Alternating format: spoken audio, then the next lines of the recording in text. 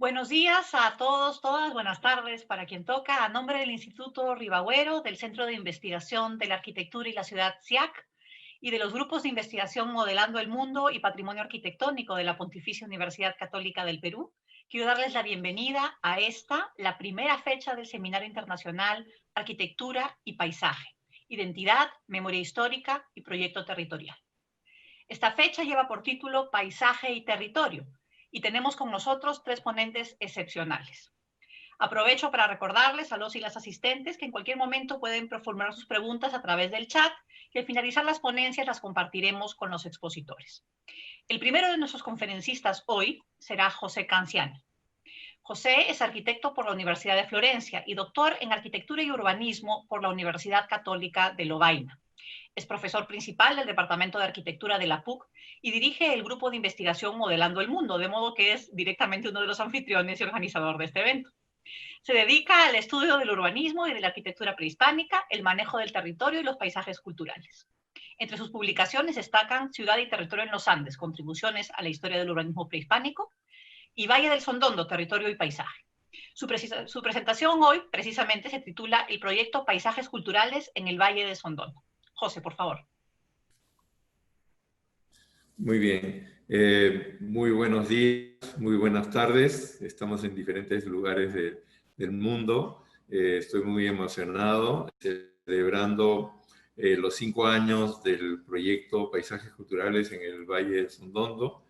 Agradezco la asistencia de todos y especialmente la generosa aceptación y participación de los destacados colegas que han aceptado asistir y participar en este seminario internacional sobre paisaje, arquitectura y paisaje. Tiene diferentes miradas, desde el paisaje y el territorio, el paisaje y la arqueología, el paisaje y el proyecto. Creo que va a ser una serie de jornadas en las cuales vamos a compartir conocimientos y especialmente ganar aprendizajes, especialmente para nosotros, que somos un grupo, un equipo interdisciplinario. Yo hablo por ellos aquí, pero tenemos 5 años de desarrollo de este proyecto en cooperación con diferentes entidades, con las comunidades de la región y también con el Ministerio de Cultura, logrando el año pasado inscribir el sitio a la lista indicativa para su proceso de calificación como patrimonio mundial.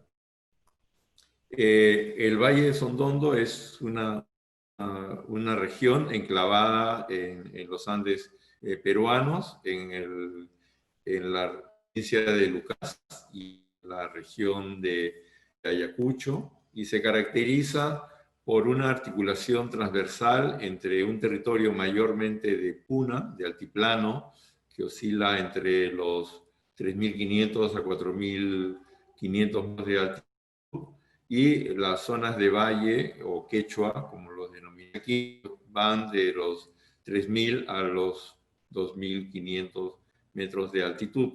Esta región está dominada por montañas que consideradas dentro de la cosmovisión Mapu como divinidades tutelares, y tenemos por una parte al este el Carguarazu, una alta montaña nevada de 5.125 metros, y al este el Oshonta, y además de otros locales, ¿no? Este es un referente importantísimo, mencionado también en las de José María como fiesta, y el Oshonta, que pide también Arguedas, denomina una grande, gran territorio de pastizales con una explotación ganadera importante y sobre todo con la mayor población de las vicuñas, nuestra ganadería silvestre de camélidos sudamericanos.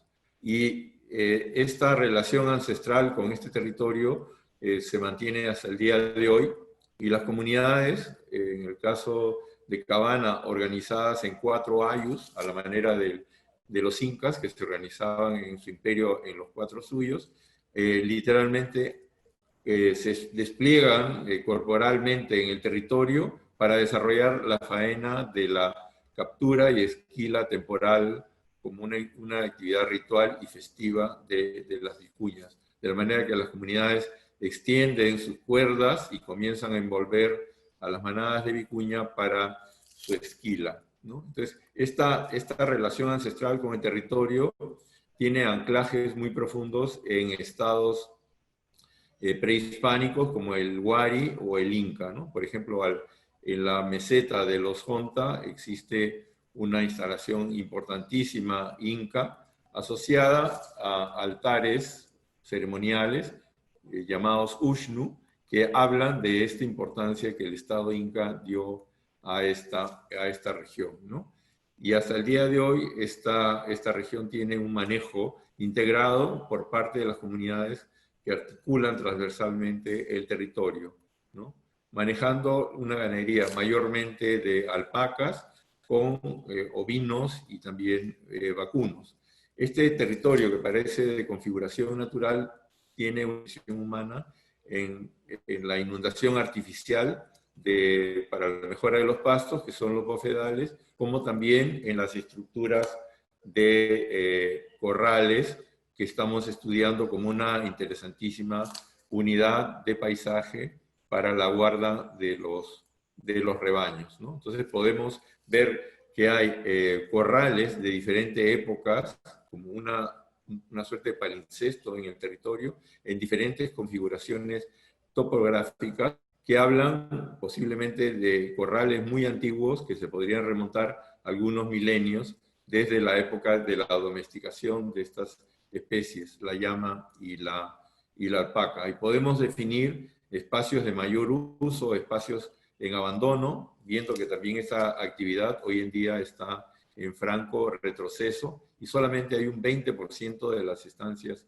originales que se mantienen, ¿no? Entonces, estas unidades de paisaje obviamente están asociadas a la actividad humana en unas condiciones muy duras, como son las del pastoreo, que hoy día está mayormente a cargo de adultos mayores, porque los jóvenes ya no les interesa enfrentar una situación crítica medioambiental extrema con situaciones de frío o incomodidades, ¿no? También vemos que hay disrupciones modernas que intervienen en el territorio sobreponiendo infraestructuras sin ningún sentido sobre la valoración que se está estableciendo, ¿no? Como por ejemplo estas carreteras que cortan corrales arqueológicos. Entonces, una parte del proyecto está estudiando estas unidades, las está cartografiando y las está calificando.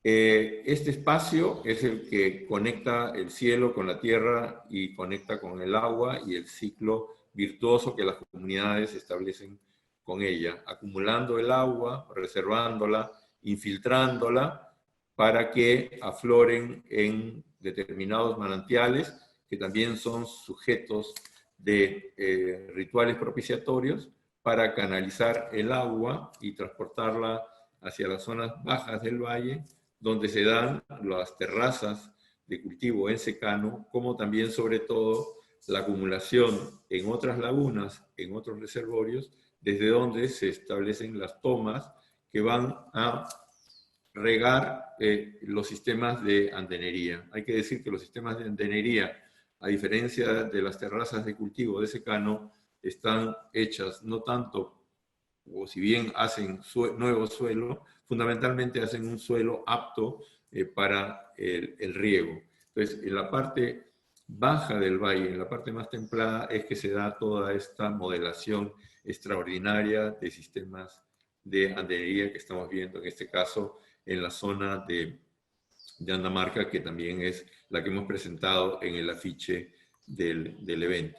Y lo que es muy importante es esta íntima conexión con los poblados rurales, con los poblados vernáculos y con los antecedentes de la ocupación prehispánica, que tiene una íntima relación con estos espacios y donde se da una relación de interfase, de articulación notable entre la trama rural con la trama urbana. Hay otras unidades de paisaje muy interesantes en la proximidad de los poblados, donde los bofedales también establecen sistemas de corrales para el aprovechamiento de los diferentes grupos familiares.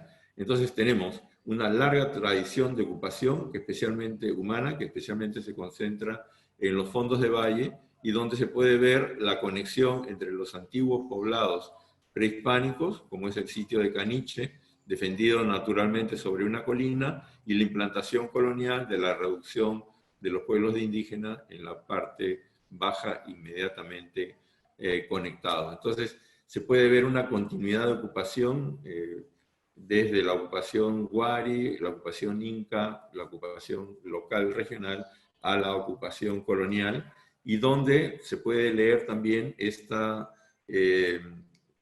transición entre las tramas rurales y los sin solución de continuidad con las tramas urbanas. Es decir, más allá de la delineación de las calles impuesta por la lógica del planeamiento colonial, persiste la trama rural al interior de las manzanas.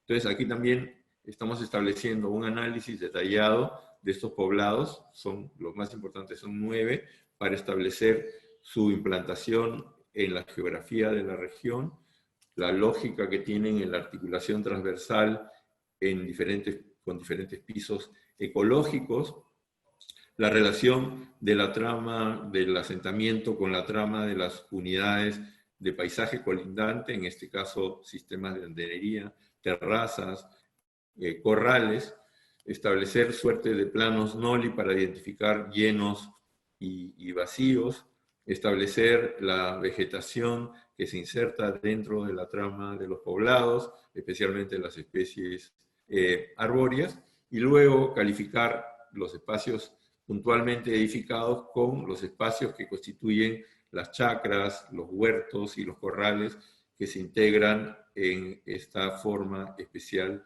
de habitar, ¿no? Entonces, por un lado tenemos las fachadas mayormente masivas, con pocas aberturas que delinean las calles, pero en el interior las casas que alojan huertos, chacras, corrales, con estos singulares espacios de intermediación, de bienestar ambiental, climático, y también con una mirada dirigida y abierta desde el interior del habitar hacia los apus y las montañas sagradas, ¿no? Entonces, son poblados que para nosotros son parte importantísima y sustancial del paisaje territorial y que hay que preservar frente a la agresiva afectación que están sufriendo por disrupciones contemporáneas con edificaciones que no tienen nada que ver con estos tejidos, porque es en el núcleo del habitar donde se da íntimamente la relación con la cultura y las manifestaciones culturales más sacadas, como por ejemplo es la fiesta y la danza de las tijeras, que otra vez nos reconduce a las relaciones con el territorio y sus aspectos singulares, como las cascadas, que son espacios de iniciación para los danzantes, ¿no? Entonces, esta reconducción constante e integración de la identidad cultural con el paisaje nos parece fundamental de mantener, porque en el proceso de sincretismo también notamos que las iglesias presentan las fachadas orientadas con fondo a los apus y a las montañas reverenciadas. Entonces, hay un sincretismo entre la cultura andina y la cultura occidental que podemos ver en esta manera de estructurar la arquitectura, en este caso eclesiástica, o de los principales edificios públicos, o de las pequeñas capillas de carretera que también articulan los pasos de montaña con la visual de los apus, de las montañas tutelares en el paisaje, ¿no? Una arquitectura pública eclesiástica de singular, muy destacada, donde se visualizan las materialidades propias de la arquitectura vernácula, como es el caso de los tejados, las portadas líticas, la carpintería en madera, la herrería, el conjunto de vicios que hacen parte del habitar y que hoy día también están en riesgo por sustitución de materialidades y tecnologías sumamente agresivas. Un capítulo muy importante del proyecto es el de las representaciones líticas del paisaje, piedras talladas con representaciones del paisaje. Creo que ese es un tema que interesará especialmente a Javier Maderuelo, porque si en Europa hemos tenido la génesis del paisaje directamente asociada a la pintura, en este caso tenemos una forma singular de apropiación del paisaje a través de la representación histórica tridimensional, que es, digamos, con quizás el territorio en sus diferentes dimensiones. Como parte de este sincretismo podemos ver que hay piedras que son sacralizadas con las cruces, pero también hay otras al lado que están manteniendo la representación paisajística del territorio de manera esencial, ¿no? La montaña, los canales y las terrazas de cultivo asociadas a ellas. Las partes superiores de las rocas, representando las cochas o los reservorios de acumulación y las lagunas, y los conductos que riegan estas piedras simbólicas, que están conectadas inmediatamente con visuales que también hablan del paisaje que se representa, ¿no? Entonces, a la manera de los lienzos de los pintores, no tendremos aquí algo móvil, sino algo inamovible, pero que se conecta de manera especial con el paisaje. Hay una piedra muy espectacular, una roca llamada Luchumarca, que tiene un abanico de representaciones extraordinaria, que prácticamente cataloga todas las unidades de paisaje intervenidas, ¿no? Las terrazas de cultivo, los canales, los andenes, los sistemas de acumulación, como son las cochas y los reservorios, que encuentran su correlato directo físico en el territorio modelado por la humanidad. Tenemos un patrimonio importantísimo de caminos, el Capañán, el Camino Real de los Incas, que jalona esta región y muchas de las representaciones líticas que hemos presentado. Creo que este es un valor patrimonial importante, no solamente como camino en sí, sino como espacio de recorrido para articular el patrimonio y revitalizarlo, ¿no? Como vemos en este caso, con las disrupciones modernas de otros sistemas alternativos de carreteras. Una revitalización que exige reasignar funciones a un patrimonio edificado importante, como son algunas antiguas haciendas que se encuentran en riesgo de mantenerse por problemas de conservación.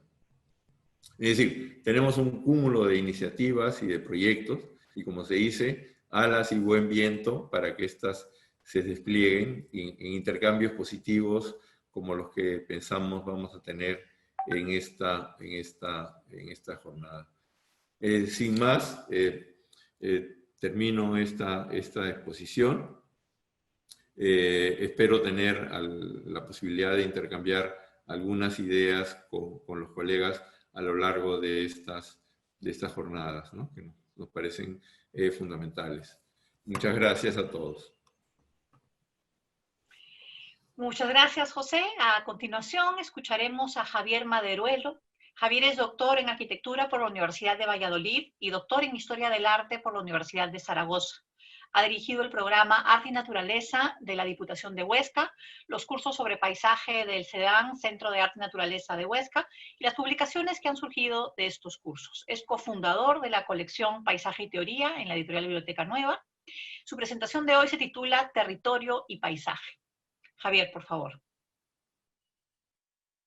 Muy buenos días, queridos compañeros de Lima, en Perú, y buenas tardes para los compañeros que nos están escuchando desde Europa. Debo empezar por agradecer al grupo de investigación Modelando el Mundo y a mi querido amigo José Carciani la invitación a participar en esta sesión. Quiero también hacer un saludo muy especial a mi amiga Elia Sáez, con quien recorrí el territorio y disfruté de los paisajes del Valle Sagrado del Vilcanota. Bueno, a pesar de que estoy jubilado y retirado en mi vida privada, he aceptado participar en este seminario con mis amigos José Canciani y Josefina Gómez Mendoza, inducido por el título de esta sesión, que como ha dicho Adriana, es Paisaje y Territorio. Y es que este título coincide con el título de dos libros míos, este libro titulado Paisaje y Territorio y este otro titulado Espacio, Paisaje y Territorio. El primero, del 2008, en el primero participó Josefina Gómez Mendoza y en el segundo ha participado también muy activamente José Canciani con una colección de fotografías espléndidas. Muchas gracias, por lo tanto, a los dos por su colaboración. No voy a repetir aquí lo publicado en estos libros, sino que voy a dar una vuelta al título de mi ponencia y en vez de paisaje y territorio, lo voy a titular Territorio y Paisaje.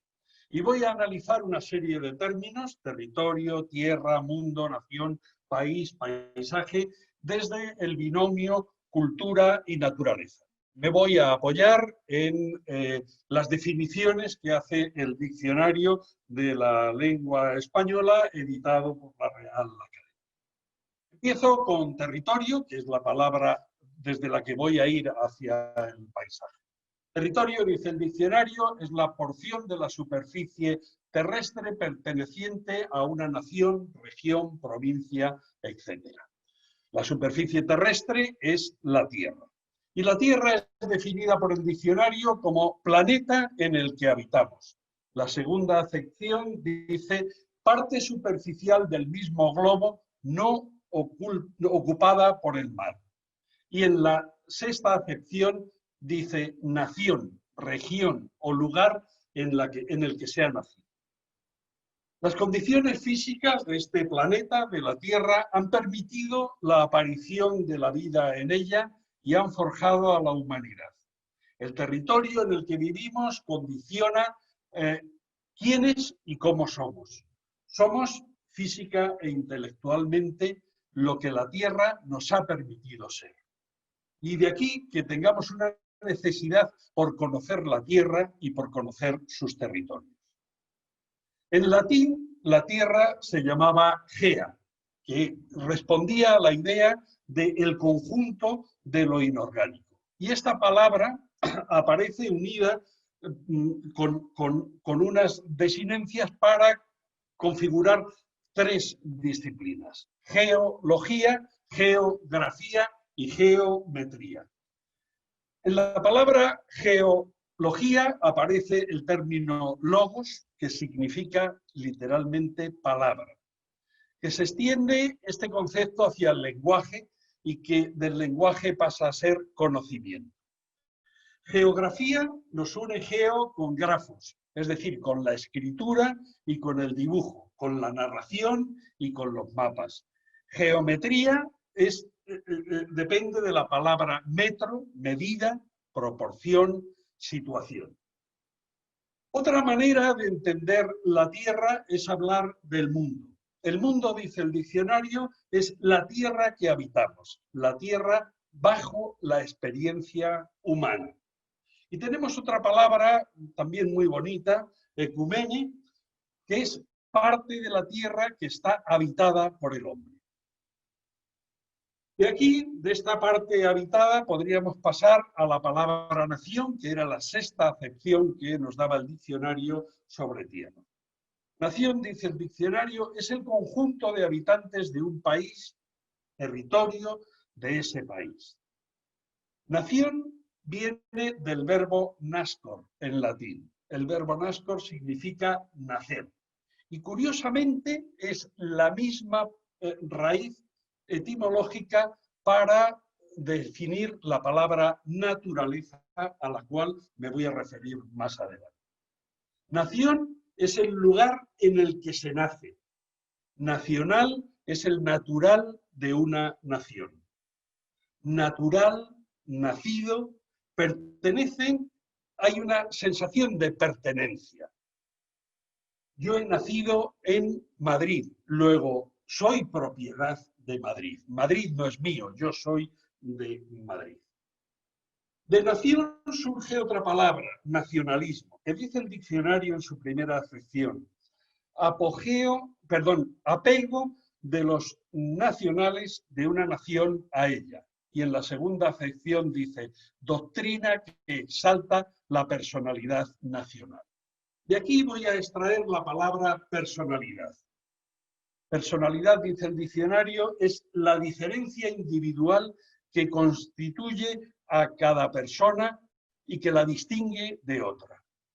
Y esa distinción nos lleva a la idea de identidad a la cual se ha referido Canziani en su intervención anterior.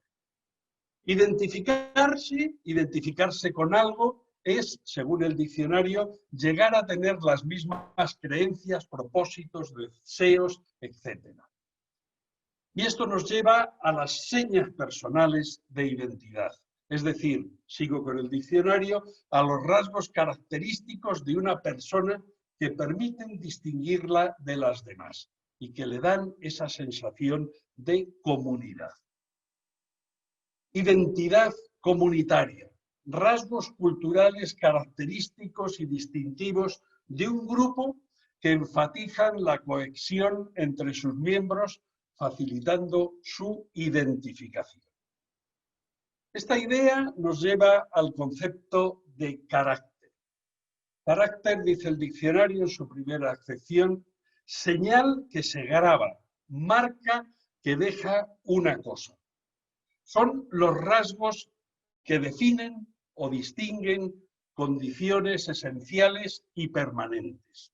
Y dice el diccionario en la séptima acepción, conjunto de cualidades psíquicas y afectivas heredadas o adquiridas que condicionan la conducta.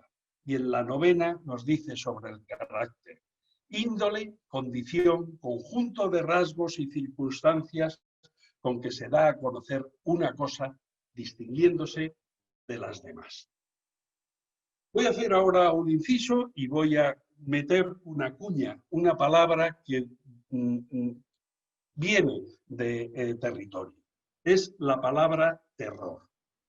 Terror es el miedo, el espanto, el pavor que produce la tierra.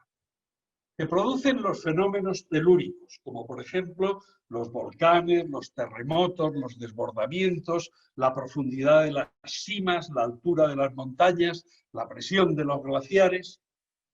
La tierra produce beneficios, produce frutos, caza, pesca y a la vez produce grandes desgracias. Esto nos lleva a que desde los orígenes de esa humanidad que está poblando la tierra haya una divinización o una sacralización de la tierra. Este es el sentido que tiene la palabra gea en latín. De la tierra o de sus partes, por ejemplo, dioses de los ríos como Tetis o Aqueloo, de los montes como Urea, de los bosques como Pan o Silvano, dioses caprichosos que favorecen y protegen o que destruyen y arruinan las cosechas, la caza o la vida de las personas. Esta divinización es realmente universal. Por referirme a una palabra que ha utilizado Canziani, los apus. Los apus son las grandes montañas convertidas en Dios. O en quechua tenemos también otra palabra, pacha, pachamama, ¿no? Que es la madre tierra, es decir, la idea de la tierra convertida en Dios. La palabra tierra, por lo tanto, es muy antigua, es tal vez de las primeras palabras que aparecen en los vocabularios de todas las culturas y de todas las civilizaciones. En la Biblia, por ejemplo, tenemos en el Génesis que dice textualmente, en el principio de todo Dios creó el cielo y la tierra. O por ejemplo, Plinio, en su Historia Natural, escrita en el año 77, describe el mundo, es decir, describe los territorios habitados hasta entonces en 37 libros. De estos libros, el tercero, el cuarto, el quinto y el sexto se dedican a la geografía. Los siguientes a describir la zoología, la botánica, los árboles, las plantas, las flores que hay sobre ese territorio hasta entonces conocido. Claudio Ptolomeo escribe su geografía y describe el mundo de su época, 127, año 145. Sistemas de representación del territorio a través de una retícula formada por líneas más o menos perpendiculares que permiten ubicar los sitios en los mapas a través de la idea de longitud y de latitud. El territorio es un objeto físico, tanto si nos referimos a todo el globo terráqueo o a un fragmento de él. Como tal objeto se puede, ya lo estamos viendo, medir, describir y representar de manera objetiva, siendo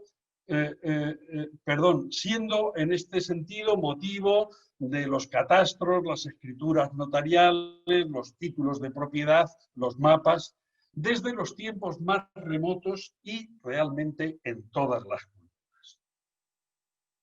Dejo ya esto y paso a la palabra país, que es previa a paisaje. País, dice el diccionario, primera acepción, territorio constituido en Estado soberano. En la segunda, dice territorio con características geográficas y culturales propias que puede constituir una entidad política. En ambas definiciones, país es un territorio dotado de un carácter político y administrativo. Tanto el término francés pays como land en alemán o en inglés tienen este sentido político y administrativo mucho antes de que pasara a formar parte de la palabra paysage o de la palabra landscape. Las primeras pinturas en las que aparecen vistas de territorios se llamaron en español países. Y ese tipo de pintura se denominaba paisista, de donde van a derivar nuestras actuales palabras paisaje y paisajista. Es conveniente no olvidar que la palabra paisaje surgió como un término técnico en el lenguaje de la pintura y que con ese término se designaba un tipo de cuadros en los cuales se muestran vistas de territorios. Y es aquí como llegamos por fin a la palabra paisaje. La palabra paisaje no es, al contrario que sucede con territorio, no es nada antiguo, es más bien un neologismo. Se empieza a utilizar en Europa por primera vez en el siglo XVII y se diferencia radicalmente, y quiero insistir en esto, de territorio, en que no designa ningún objeto, sino que se trata de una nueva capacidad humana. Se trata de la visión subjetiva. Es un conocimiento, por lo tanto, subjetivo e individual, tal y como nos lo ha explicado el filósofo alemán Joachim Ritter en su libro Subjetividad. José Ortega y Gasset, en 1915, refiere cómo Concepción Arenal le explicó a Giner de los Ríos qué era el paisaje. Leo textualmente a Ortega.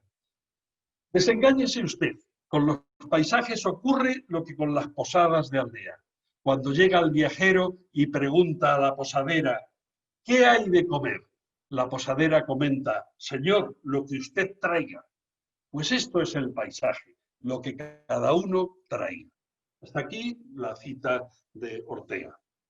Paisaje surge en un momento histórico, surge con el humanismo y como consecuencia de la paulatina laización del conocimiento. Conocimiento que empieza con Platón y Aristóteles, que eran pensadores, entre comillas, paganos, cuando Crisóloras tradujo del griego al latín la República de Platón y, curiosamente, la geografía de Ptolomeo, en Florencia, en 1406. Aparece como un concepto laico. La superación de los miedos y de los temores, la superación del terror, el conocimiento de la física del mundo que hace que se destierre ese terror. La montaña deja de ser un objeto temido para convertirse en un objeto de estudio y de admiración. Dice el diccionario sobre paisaje, en su primera acepción, extensión de terreno que se ve desde un sitio. La idea de paisaje no se encuentra, por lo tanto, en el objeto que se contempla, sino en la mirada subjetiva e individual de quien contempla. Paisaje no es lo que está delante, sino lo que se ve, lo que ha sido mediado por el órgano de la vista. Mirar un paisaje se convierte en un acto intelectual que apareja una reflexión y un disfrute, tanto si miramos un territorio físico o si nos enfrentamos a una representación artística. En ambos casos, la contemplación del paisaje debe ser desinteresada, debe ser una contemplación estética. Se puede empezar diciendo que el paisaje es el resultado de la contemplación que se ejerce sin ningún fin lucrativo o especulativo, sino por el mero placer de contemplar. Los poetas nos han enseñado a disfrutar del locus amoenus. Los pintores nos han enseñado a mirar los países como cuadros. Ambos han artealizado los paisajes, los han convertido en los territorios en auténticos paisajes. El concepto paisaje es un constructo inmaterial, una elaboración mental que realizamos a partir de lo que se ve cuando contemplamos un territorio, cuando contemplamos un país.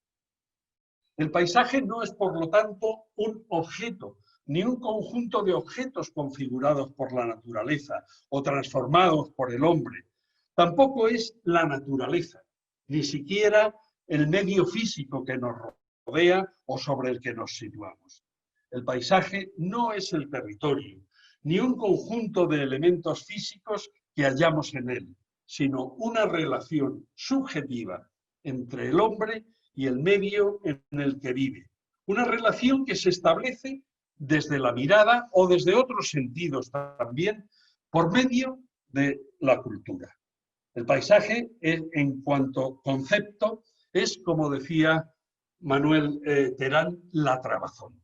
La trabazón que permite interpretar en términos culturales y estéticos las cualidades de un territorio, lugar o paraje.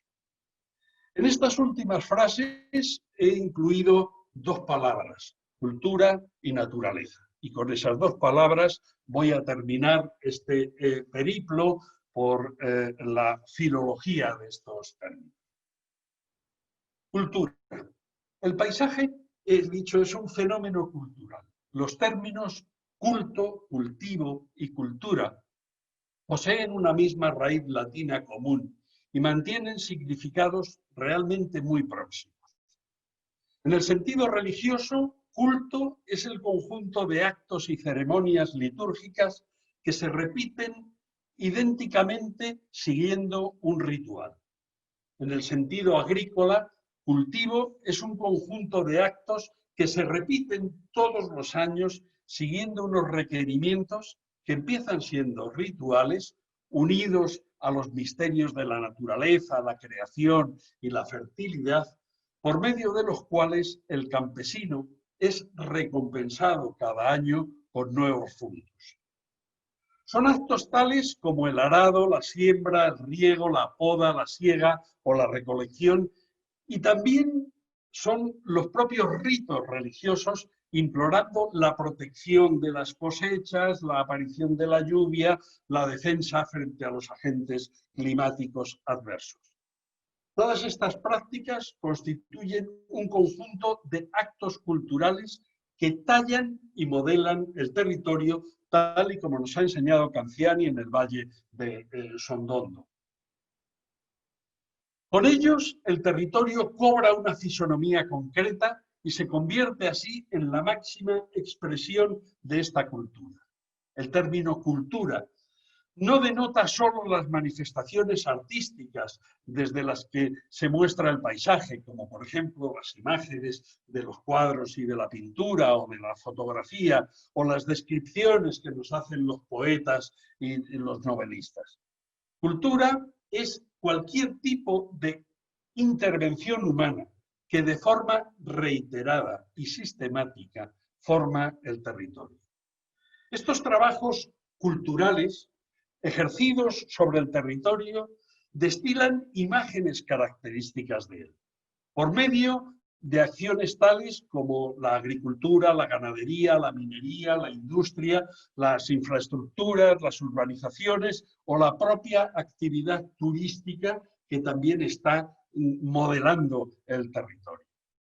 En cada época y en cada región o país se han desarrollado unas formas características, y aquí viene la idea de carácter que hablaba antes, unas formas características de relación del hombre y el territorio que le han permitido sobrevivir en él, comprender el mundo y que se han manifestado a través de las secuelas que los trabajos han dejado sobre ese territorio. Y por último me queda la palabra naturaleza. Se detecta hoy en día una tendencia a confundir el paisaje con la naturaleza, con el territorio y con el medio ambiente, temas que son candentes sin duda alguna en la sociedad actual. Podemos escuchar entre los urbanitas frases como «me voy a la naturaleza», cuando se dirigen a visitar un jardín que es sin duda alguna lo más innatural que ha podido verse en el mundo. O dicen, salimos al campo, cuando el campo no es la naturaleza, es lo que está cultivado. Naturaleza, como ya he anunciado antes, viene de la palabra latina natura, que se forma con el verbo nascor, nacer, y con el sufijo ura, por el cual se construye un sustantivo que indica el resultado de lo que ha nacido. La naturaleza es lo que ha nacido. Esta palabra tiene una indudable relación con la idea griega de physis, que significa brotar, crear, hacer salir, y de la cual proviene nuestra palabra física. Naturaleza, podríamos decir, es aquello que ha nacido por sí mismo, aquello que no ha sido construido con el concurso de las acciones humanas. Naturaleza designa un conjunto heterogéneo y amplio de elementos.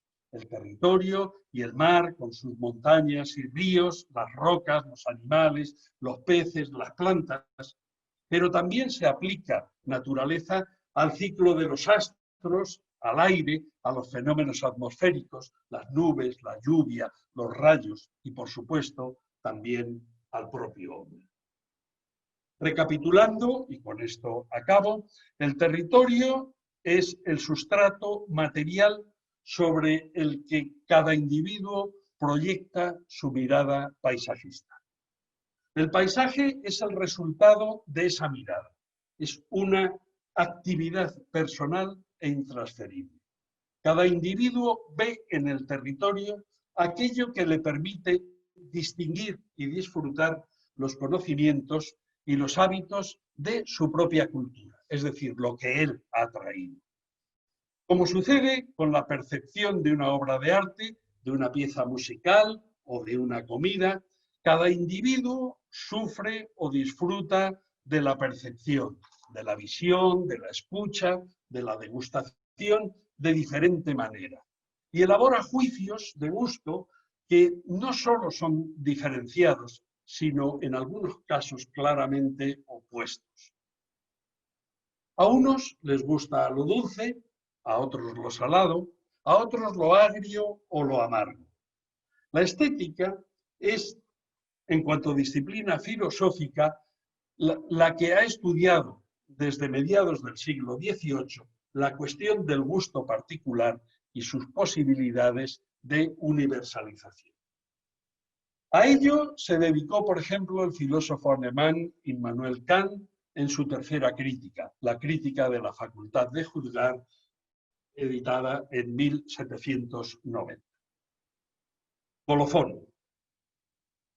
Como profesionales, como geógrafos, arqueólogos, arquitectos, que supongo que son todos ustedes o que somos todos los que estamos en este seminario, estamos preocupados por la manera cómo actuar sobre el territorio y cómo configurar el paisaje. Se ha detectado perfectamente en la intervención de Canziani estas preocupaciones. Se debe cuidar, ordenar, proteger y conservar el territorio. Pero atención, el paisaje, la percepción que cada individuo tiene de ese territorio debe ser libre, como es la poesía y el arte. Se debe educar en el paisaje para disfrutar de la contemplación, en vez de esta educación que hay de reprimir los sentidos y los sentimientos. Desde el punto de vista del paisaje, el derecho de los ciudadanos debe ser a una educación de la sensibilidad y a un disfrute sin limitaciones de los sentidos. Son mis conclusiones y mi colofón. Muchas gracias a todos por su atención y quedo a disposición de las preguntas que quieran hacer. Buenas tardes. Buenos días. Muchas gracias, Javier. Me ha emocionado realmente. Finalmente, escucharemos a Josefina Gómez Mendoza. Josefina es catedrática emérita de Geografía de la Universidad Autónoma de Madrid y académica de número de las Reales Academias de la Historia y de la Ingeniería. Ha trabajado en estudio y ordenación de paisajes forestales, rurales y urbanos. Ha dirigido el estudio de los paisajes de Madrid y colaborado en el Atlas de los Paisajes de España. Es codirectora del grupo de investigación Paitemari. Su ponencia hoy se titula Paisaje, Territorio y Patrimonio. Josefina, por favor. Pues buenos días a todos y buenas tardes a los que estén en otros lugares del mundo, en Europa en concreto. Yo quiero agradecer en primer lugar a José Canziani y a todos vosotros que me hayáis invitado a participar en este seminario verdaderamente espléndido, por lo que llevo oído. He quedado verdaderamente deslumbrada por la presentación sobre el Valle de Sondondo, que además conecta con todas mis sensibilidades, los tramas urbanas, rurales, coloniales, precoloniales, etcétera, indígenas. Y voy a hacer una presentación que va a ser una presentación complementaria desde Europa, es decir, desde las políticas del paisaje y del territorio en Europa. No sé si estoy... Voy a intentar exponerles mi visión, que es una visión de geógrafa, sobre la cuestión del paisaje, del territorio y del patrimonio. Y cómo hemos llegado a estas actuales políticas del paisaje que conducen a diferenciar diferentes tipos de gestión y particularmente de paisajes culturales. Y como digo, va a ser una presentación desde Europa, por tanto completando esta maravilla americana de la que se ha hablado antes, y hablándoles desde dos puntos de vista. Habríamos llegado al paisaje actual, a mi modo de ver, desde la política de los monumentos histórico-artísticos, por un lado, desde la política monumental que se inicia en el siglo XIX y particularmente en el XX, y desde la política naturalista y de conservación de la naturaleza que se inicia a principios del siglo pasado. En cuanto a los monumentos, y retomando algunas de las cosas que decía Javier Maderuelo, empiezan las protecciones de monumentos y la declaración de monumentos histórico-artísticos en la Europa central, y empiezan en particular con la idea de hacer lo que se llama aquí un dispositivo memorial intencionado, ¿no? De crear un instrumento memorial que para revivir el pasado, pero hacerlo desde el presente. Esto supone que el monumento es elegido por su valor histórico, pero que sin embargo estamos siempre tratándolo ahora desde la sensibilidad estética actual. Françoise Chouet, una de las grandes escritoras de las cuestiones de paisaje cultural y otras, y del urbanismo, decía que hay que tener en cuenta este surgimiento de la conservación monumental desde Europa, porque en este sentido en Europa están dos tradiciones.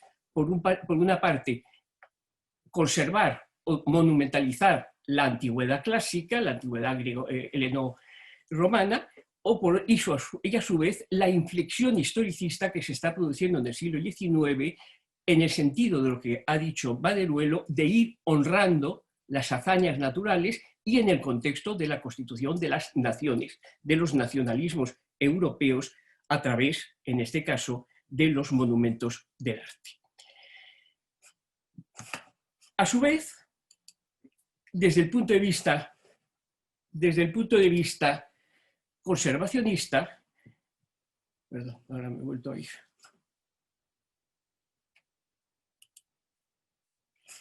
Desde el punto de vista conservacionista, se empieza a hablar de paisaje en las políticas o en las declaraciones de paisajes, de parques nacionales.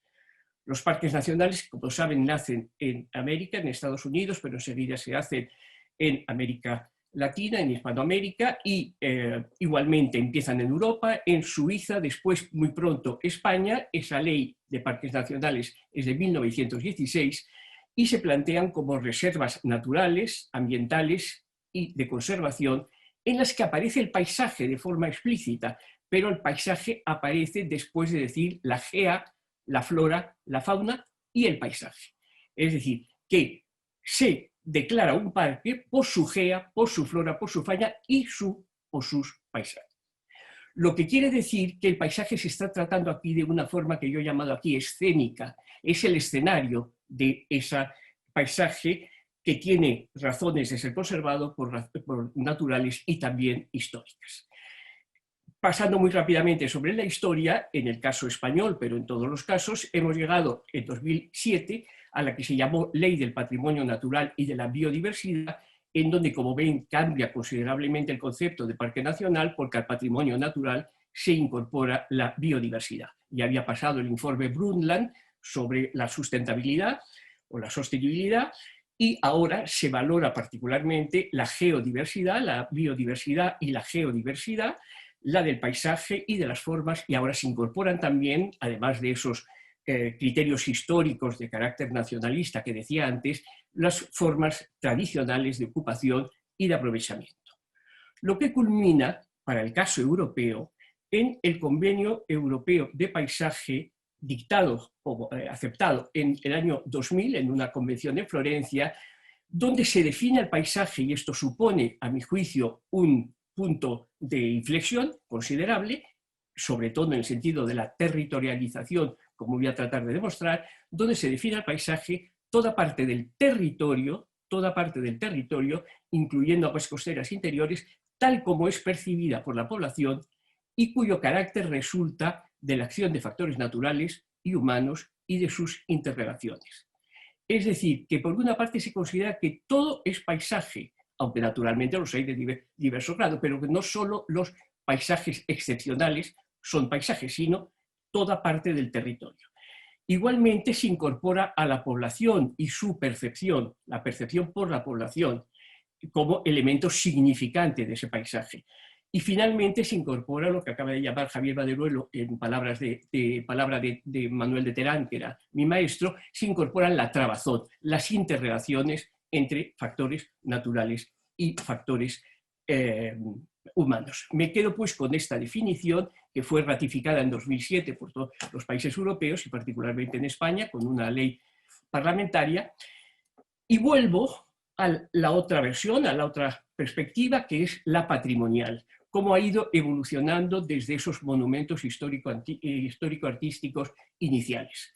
se pasa, es la conservación de monumentos de arte y de historia, y se va creando la lógica del patrimonio urbano o del patrimonio natural, pero aparece el patrimonio urbano a mediados o en la Carta de Atenas de 1931 y se desarrolla en ese primer tercio del siglo XX, hablando de los centros históricos, lo que aquí, no sé si lo mismo allí, llamamos cascos urbanos, que deben ser entendidos como tales cascos o centros históricos como patrimonio cultural y tesoro de la memoria, y esos cascos históricos que habían sido objeto y que fueron objeto a principios del siglo XX y finales y segunda mitad del XIX de unos maltrato extraordinario en el sentido de derrumbamiento por situación insalubre y abandonados, y sobre todo grandes aperturas de grandes calles, lo que en el París de Haussmann llamaban las percées, abrir una gran vía,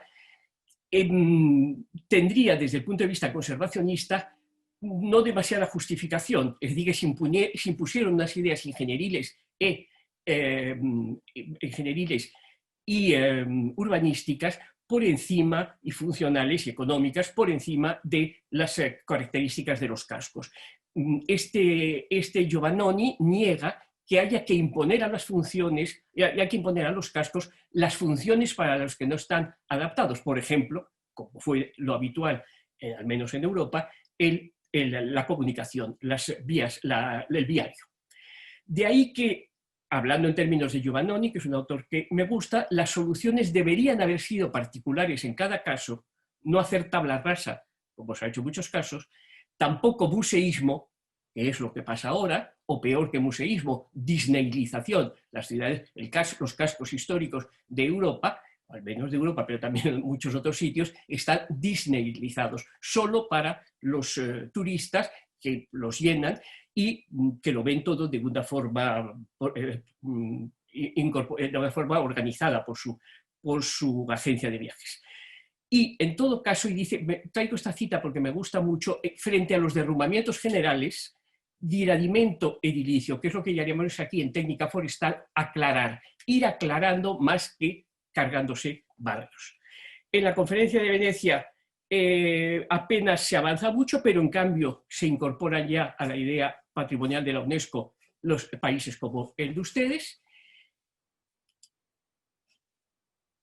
Y para terminar con esta línea, repito una frase o traigo a colación una frase de Giovannoni, del mismo Giovannoni, que dice que lo más ilógico e ineficaz, o mucho más ilógico e ineficaz, perdón, porque no veo la primera palabra, que los desventramientos urbanos, hoy tan apreciados, que no son dictados como se pretende por condiciones higiénicas, sino por la retórica arquitectónica, yo añadiría ingenieril sobre todo, y la especulación privada ávida de apoderarse de suelo localizado en el centro, cosa que desde luego cumplió su ciclo en la primera tercio o en la primera mitad del siglo XX y parte del XIX. El concepto ha ido evolucionando y la UNESCO ha introducido el concepto de patrimonio y también el de paisaje cultural, del que se ha hablado tanto en las intervenciones anteriores. El patrimonio amalgama los conceptos de monumento histórico, de monumento artístico, pero también el de conjuntos, el del entorno de esos monumentos, que son conjuntos o que son ya los sitios, ¿no? Los sitios de los que hablaba, o como tituló su libro Humboldt. Patrimonio natural, entonces, queda definido como los monumentos naturales constituidos por formaciones físicas y biológicas o por grupos de estas formaciones que tengan valor excepcional desde el punto de vista estético o científico. Se introduce aquí, naturalmente, la visión científica y estética, y en el 92 aparece ya el concepto de paisaje cultural, que son seleccionados, los paisajes culturales, que son seleccionados por su carácter excepcional entre las obras combinadas de la naturaleza y el hombre, del valor sobresaliente de los puntos de vista histórico, estético, etnológico y antropológico. En esta dimensión, en esta perspectiva monumentalista, evolucionada, culturalista, llamo la atención sobre el carácter excepcional, que no coincide con el del paisaje, del Convenio Europeo del Paisaje que se acaba imponiendo, en que dice todo territorio según la percepción de sus habitantes, o de los habitantes, y de acuerdo con la trabazón de la historia. que le ha impuesto la historia entre la naturaleza y las comunidades que lo han habitado. Esa hermenéutica del paisaje, que es en realidad a lo que conducen los estudios ahora. De modo que, concluyendo esta parte muy brevemente, en la evolución del siglo XX y principios del XXI del concepto de paisaje ha habido claramente una interiorización o una incorporación de la idea de territorio, de territorialización frente a reservas naturales o no, frente a monumentos mucho más singulares. Ha habido también un concepto identitario, como comentaba Maderuelo, que se ha incorporado, y entonces se entiende en definitiva que el paisaje es el de la vida, también es el de los modos de vida o los géneros de vida que se hacía geografía de las poblaciones, sean o no excepcionales, pueden ser perfectamente populares o pueden ser perfectamente comunes, incluso también el valor de construcción social, es decir, lo que antes, los dos caracteres que hablaba muy bien Maderuelo antes, de carácter e identidad, e incluso el concepto de recurso para el desarrollo. Por la protección del patrimonio mundial hablaría siempre de excepcionales, el paisaje cultural, patrimonio mundial, incidía en excepcionalidad, sociabilidad o sociedad incorporada, conservación y transmisión y herencia. Y con esto, por tanto, llegando o pidiéndoles que tengan en la cabeza los dos conceptos de paisaje cultural y de paisaje tal como el paisaje europeo, tal como lo ha definido el Convenio Europeo del Paisaje, paso a poner algunos ejemplos, que me perdonarán que son españoles, pero me ha parecido que quizá fuera, aunque haya estudiado bastantes más, pero que pueden ser los que pueda evocar con más claridad. Esto que tienen es la ciudad de Toledo, el Valle del Tajo, en la depresión, en la submeseta sur, la depresión que está al sur de Madrid, vamos al sur de Madrid, donde está Madrid, pero al sur de Madrid, y este es el gran río Tajo, que es uno de los grandes ríos peninsulares, que es el que desemboca en Lisboa, y aquí ven cómo está, con qué singularidad está encajada en el río la ciudad de Toledo. Les voy a presentar algunas imágenes. La ciudad supone, decía Terán, antes citado, la más intensa transformación del paisaje natural, pero aún así la naturaleza reclama siempre la satisfacción de sus derechos y no deja nunca de estar presente.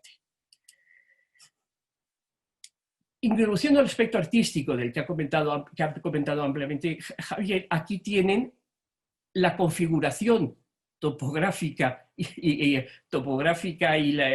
geográfica de Toledo.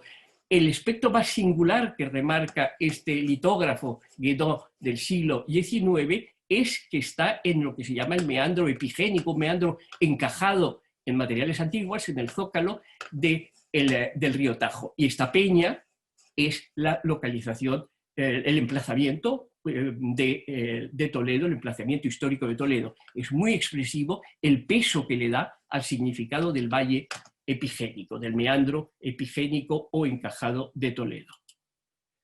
Aquí tiene una vista de Toledo actual, es más cercana y por tanto el valle no se llega a ver, pero les aseguro que parte de la visión del valle se ha perdido. No se aprecia aquí muchos elementos de modificación, se sigue viendo,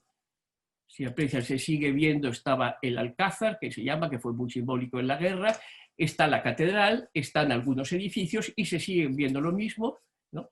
La catedral, este edificio central, el Alcázar, pero se ha empastado mucho, se ha roto, se va rompiendo un poco el grano y sobre todo, a medida que nos alejamos de Toledo por todo el valle, se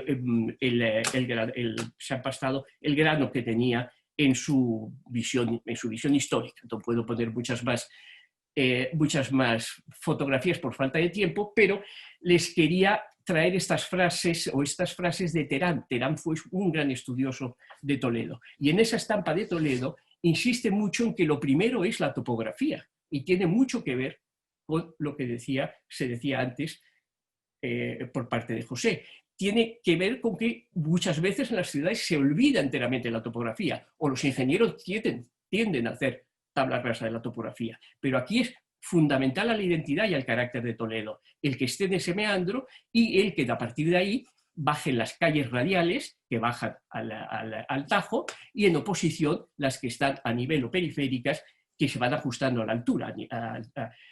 Con lo cual hay una trama de radiales de elevación y diagonales de enlace, dice Terán. Y añade que pocas veces, como en el caso de Toledo, existe una adecuación tan perfecta entre el fenómeno urbano y la forma de paisaje humanizado, en que la ciudad consiste, su carácter genuino es la forma topográfica, o uno de sus caracteres genuinos es la forma topográfica que le sirve de apoyo y de sustentáculo. Pero también es otra cosa. Bueno, la forma topográfica sería la originalidad, pero también hay otra cosa, es la historia. En Toledo está toda la historia de lo que llamamos España, o las Españas, es decir, fue habitada, fue romana, fue árabe, fue cristiana medieval, fue la ciudad renacentista, etc. Están los ciclos de historia. Hace un paralelismo muy bonito, Terán, entre los ciclos de erosión, que serían de carácter morfológico, y los ciclos de historia que se han concentrado en densa y apretada estratificación histórica, ¿no? Estratificación de potentes espesores de vida espiritual, diría él, de vida, diríamos también social o cultural. Bien, un ejemplo con el caso de Toledo. Voy más ahora al tema territorio para presentarles el que ha dicho mi presentador, ha dicho Adriana con mucha amabilidad, el atlas de paisajes que nosotros hicimos como un desarrollo del Convenio Europeo del Paisaje y que en cierto modo puede entrar en contradicción con algunas cosas que señalaba Javier Maderuelo, reduciendo más ese carácter territorial. Este es un esquema de un gran geógrafo que fue el que más estudió el paisaje a finales del siglo pasado y a principios de pero sobre todo a finales del siglo pasado, y tiene un libro en que le da 3 entradas al concepto, al espacio geográfico, podría llegar a tener 3 entradas. Uno que sería el de fuente o manantial, ¿no? Que es la entrada naturalista y que sería la naturalidad con su antropización, y que daría lugar a lo que él llamó geosistema, remarcando el carácter sistémico de esa parte natural, de esa entrada natural. Otra que sería la de recurso, que conduciría a través de la historia una entrada socioeconómica, el paisaje se iría artificializando, antropizando y se convertiría en territorio. Y habría una tercera, que es difícil traducir esta palabra de ressourcement, sería una re-recurso, por decirlo en esos términos, que es una entrada sociocultural y sobre todo, con una palabra de un escritor del pasado siglo en Francia, artialización, que tiene que ver con lo que decía Maderuelo, que es la concepción estética o los aspectos estéticos que contribuyen al paisaje. Él acaba hablando de paisaje para todo, pero indica esas 3 vías de acceso: la natural, la territorial y la propiamente artística o simbólica, que es el paisaje. Ahí repetía la frase, porque ahora voy a hablar de eso, del Convenio del Paisaje, ratificado en el año 7, toda parte del territorio, insisto, percibida por la población. Ahí hubo problemas en la traducción, en inglés dicen people, en francés me parece que dicen les gens, pero aquí en vez de la gente se dijo la población, y en la traducción diplomática, en la traducción oficial, y esa idea de trabazón. Bien, les hago una presentación muy breve o unas cuantas diapositivas de aquel trabajo que hicimos del Atlas de los Paisajes de España, porque que era un proyecto derivado del convenio, un proyecto europeo derivado del Convenio Europeo del Paisaje, que una de las cuestiones que determinaba es que había que cartografiar los paisajes de todos los países que participaran.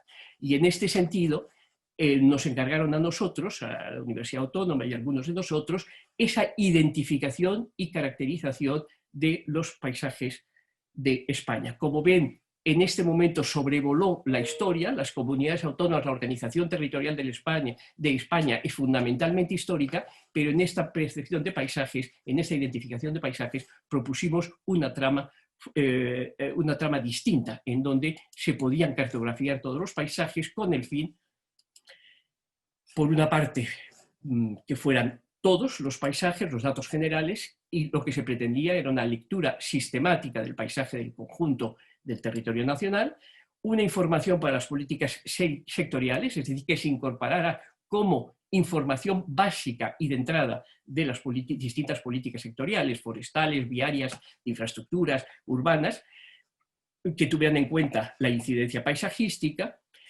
no solo el impacto ambiental, y ahí estamos entre la polémica medio ambiente-paisaje, no solo el impacto ambiental, sino también la incidencia paisajística, y que sirviera de marco para estudios a otras escalas más grandes como regionales o locales. Solo decirles que identificamos en ese mapa que han visto antes, eran 1.263 unidades de paisaje, de los que se estudiaron detenidamente aproximadamente un 10%, y luego se fueron seleccionados por singulares, por valiosos, por menos conocidos, porque fueran de distinta índole, más urbanos, totalmente naturales, etcétera.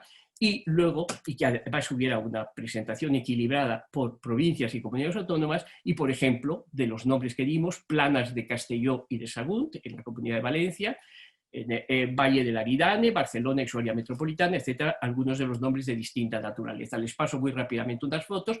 Estas son las modestas cumbres de nuestra montaña Guadarrama, la que divide España, la península ibérica, mejor dicho, en dos mitades. Cada vez que yo volvía de América y había visto los cerros de allí, siempre decía, pero mira que es una modesta montaña, y todavía hoy me decía, pero esto es una colina realmente, pues tiene 2.200 metros apenas, ¿eh? Pero bueno, árboles, restos de la antigua ocupación con árboles trasmochados, decimos aquí, ¿no? Descabezados para conseguir pastos mejores, en un momento que a pesar de todo hay. Estos son un campo de olivares, una campiña de olivares de Jaén, perfectamente identificable en los paisajes europeos. Aquí tienen también como una foto una dehesa de toros bravos, con las encinas, los quercus, las encinas, los quercus, se me ha ido el nombre, las encinas y las encinas podadas de forma que no molesten al ganado y que se puede incluso cultivar el suelo. Unos campiñas cerealísticas del centro peninsular con viejos pueblos y, por ejemplo, un último ejemplo, un paisaje volcánico, el de la isla de Tenerife, en donde con estos muretes se protegen las vides que ven aquí cultivadas, que dan unos vinos bastante remarcables. En un paisaje de mal país, que diríamos aquí, y no sé si lo utilizó Humboldt en Tenerife, y quizá no sé si lo utilizó también para América. Precisamente estoy yo muy humboldtianizada porque he estado traduciendo el examen crítico del descubrimiento de América y el examen crítico de la geografía del nuevo continente, y es muy apasionante cómo plantea, y sobre todo la parte que dedica a Perú es extraordinaria. Bien, terminando con esto del Atlas, aquí tienen una ficha de paisaje, es decir, que se da, esto me parece que eran los Ancares, no, al revés, perdón, es la Huerta de Murcia, la llanura de inundación, se hace una caracterización del paisaje, llanura de inundación del río Segura, el agua, la obra hidráulica, que es fundamental, hace un paisaje histórico hispanoárabe fundamentalmente, la estructura agraria, la organización tradicional de los asentamientos. Después planteábamos en una segunda parte cómo estaba evolucionando ese paisaje que habíamos caracterizado así, está perdiendo intensidad productiva, se está olvidando la huerta, que tiene un valor histórico y cultural enorme, y de cultivo, cultural en los dos sentidos, y está pasándose a un cierre visual del paisaje, ahora lo veremos en las fotos. Los patrones de urbanización es que se extiende la mancha urbana sin respetar la trama rural, que allí es extraordinaria, se abren caminos de huerta y aparece el residencial totalmente homogéneo, indefinido, y luego añadíamos un criterio de percepción del paisaje, lo que más perciben, hecho con encuesta, lo que más perciben los miradores y caminos de la huerta o los cambios estacionales en el cultivo de huerta, en los cultivos de huerta. Añadíamos también unos valores ecológicos, culturales y perceptivos, en el sentido de lo que decía antes, que dice el Convenio Nacional, el Capítulo Europeo del Paisaje, y añadíamos una cosa que fue muy novedosa, de imagen cultural del paisaje. Una imagen, sea gráfica, pero sobre todo literaria. Marzo viene marzo, esto es de Miguel Hernández, en los poemas sueltos de Murcia, una imagen cultural del paisaje, y finalmente el mapa de localización, y siempre aquí no les he puesto unas fotografías, una era panorámica, respondiendo a ese concepto del paisaje de la visión de la vista por alguien, un plano medio y normalmente un elemento construido o un elemento natural que tuviera importancia. Esa es la ficha que tienen todas las unidades de paisaje que estudiamos. Como tercer ejemplo, les planteo lo que llamamos aquí la cornisa de Madrid, que es la sobreposición de una terraza alta sobre el valle del Manzanares, que como saben, el Manzanares estaría por aquí, ahora lo vemos, es un valle muy modesto, siempre se ha dicho el Manzanares que es un aprendiz de río. Alguna vez hablando yo de esto me dijeron en una conferencia, pues menos río es el Jordán y ha tenido mucha historia, pues también el pobre Manzanares también, pero esto es lo que se eleva en la terraza alta con una talud aquí hacia el río, esto es lo que se eleva actualmente. Como ven, quedan elementos icónicos, este es el Palacio Real, esta es la catedral, que es una catedral reciente sobre planos muy antiguos, un edificio que se acaba de hacer y ha sido muy controvertido sobre un museo de patrimonio real, y esta sobre todo, las cúpulas, algunas de las cúpulas que quedan, en particular esta magnífica bóveda de la iglesia de San Francisco, que ahora lo verán más de cerca. Lo que quiero plantear es cuál ha sido, si esto es un paisaje icónico, nosotros lo hemos propuesto como paisaje cultural o un paisaje al menos que tiene que ser definido para su conservación. Plantándolo, aquí está el Manzanares, aquí está el casco, el centro histórico de Madrid, que era extraordinariamente pequeño, esto ya es el río Abroñegal que está aquí, es decir, el emplazamiento de Madrid, del que se prescinde ahora completamente y que probablemente los jóvenes no identifican ya, era un emplazamiento que decía Terán, mi maestro, de lomas y vaguadas, Es decir, llegan los ríos del Guadarrama, llegan los ríos y van identificando el Madrid histórico, está entre el Manzanares, en la loma del Manzanares, entre el Manzanares y el Abroñegal, y luego llegan otras que ahora han sido edificadas. Aquí tienen una representación más clara con un Madrid algo más, esto es el Monte del Pardo que conecta con la Sierra del Guadarrama, y que es tiene un extraordinario bosque mediterráneo en estas latitudes. Aquí está la Casa de Campo, que ahora es municipal, es el Retiro, el Palacio Real, y aquí ya están parques externos, y la Vega del Río. Quiero decirles con esto que siempre se ha dicho también Madrid tiene espacios verdes muy importantes, pero casi todos son patrimonio real. El Pardo era patrimonio real, la Casa de Campo, el Retiro, todos eran patrimonios reales y se nacionalizaron y se donaron y se municipalizaron más tarde. Esta sería la cornisa vista en el mapa con toda la Casa de Campo, es decir, con todo el significado que podría tener. Es justo el oeste de Madrid, el oeste como es esta parte, el oeste de Madrid. Bien, y aquí viene la artialización, los valores artísticos. Es una de las imágenes más representadas por grabadores, pintores, paisajistas, etc. Aquí incluso ya las imágenes de 1562, poco después de que Madrid fuera capital, y ya recoge, esta es una ampliación, ya recoge, primero estaba amurallado, estuvo amurallado hasta el siglo XIX, y segundo ya recoge esa vista sobre el río, llamando mucho sobredimensionando muchísimo el talud, que está bastante lejos, pero aquí tienen ese contraste o esa representación de Madrid como icónica, que se convirtió en icónica, aunque solo fuera por este. Este es uno de los cuadros, aunque es pequeño, uno de los cuadros más excepcionales de Francisco de Goya, 1788, y es la pradera de San Isidro. Tienen lo que llamamos cornisa aquí está el palacio, aquí está, ven que no está todavía la catedral, esta que es muy reciente, el San Francisco el Grande, y aquí tienen cómo se desarrollaba en una goyesca, en una imagen de la pradera de San Isidro, del otro lado del río, donde estaban desde las clases populares a las clases aristocráticas, como aquí se muestra, perfilando, contrastando con el perfil urbano. Alguien dijo, y yo creo que termino enseguida, y tenía mucha razón, que solo por esta imagen debía de haberse hecho, de haberse conservado el río y su cornisa y sus perfiles claramente.